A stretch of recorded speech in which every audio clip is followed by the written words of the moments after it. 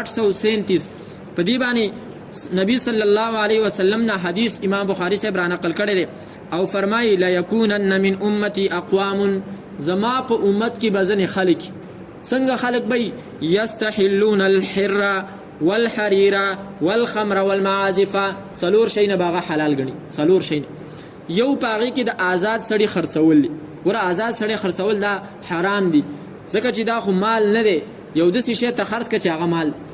مردار خرڅول هغه باطل دی ولی ځکه چې سره مال نه دی دویم دا چې ریخم به هغه د ځان د پاره سکی حلال بیګن او دریم نبی له صلوات و سلام او فرمایل چې هغه به شراب حلال غني لکه نن سبا شراب سکل کی کتاب ستنی خبر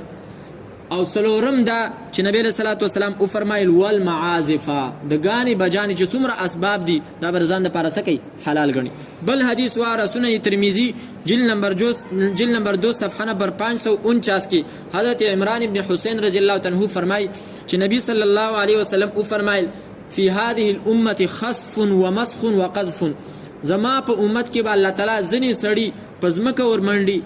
زنو باندې بچیدنو د کانو باران کوي او ځنی خلق بدسي چې داغو شکلونه بوراني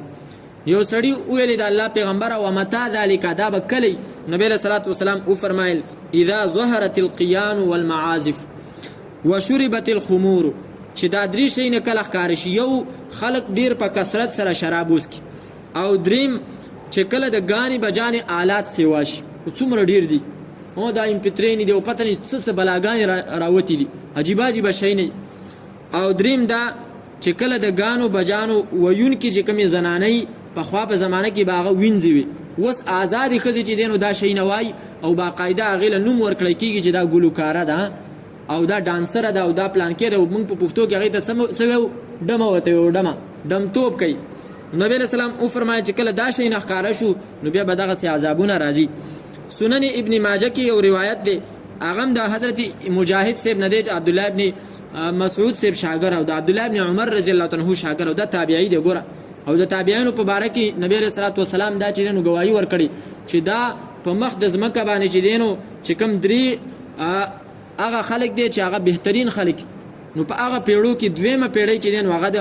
خیر القرون چې نبی رسول الله فرمایي دغه تابعینو زمانت دا فرمایي چې د خپل استاد سره عبد الله ابن عمر صاحب سروانو ما فسمع صوت طبل د غانی بجاني आवाज واوریدو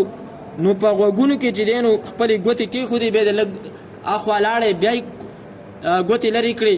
بیا کې خو دې درې پیری دا چلو کړو او بیا او فرمایل هکذا فعل رسول الله صلی الله علیه وسلم دغه رنګي مې نبی له صلوات و سلام لیدلو چې په دې طریقه باندې چې کم نینو د غانی بجاني आवाज واوریدو او نبی له صلوات و سلام بیا په خپل غوږ کې چې دینو د دینه ګوتې چې دینو کې خو دې د دې ټولو دلایلو نه ورونه موږ ته دا خبره صحیح چې دینو واضح شوی چې ګوره د غانی بجانی اسباب دا ټول چې دینو حرام دي امام ابن قیم رحمه الله تعالی فرمای چې د دوه قران دي یو د الله قران دی یو د شیطان قران دی دا دواړه په یو ځل کې نه یو ځکه ګوره او بیا هغه فرمای چې د الله قران خدا قران دی او د شیطان قران چې دینو هغه دا غانه ده او دا غانه چې په کوم ځل کې وا حضرت امام ابن قیم سے فرمایي په غزله کې د الله کتاب د الله قران چې دینو نه یو ځکه او دا ګوره زمونږه تجربه ده زما په خپل تجربه ده دی مدرسې ته ځنې طالبان د سرازي چې هغه په کور کې د غاني آلات او اسباب ډیره وغي په خپل باندې اوري ادمه په خپل تجربه وکړه خو چاته مینه دی ویلي نه می هغه کسانو ته ویلي خو هغه ماشومان چې هغه غاني اوري یا دغه په کور کې غاني ویل کیږي او اوریدل کیږي هغه فطرتي تور صد هغه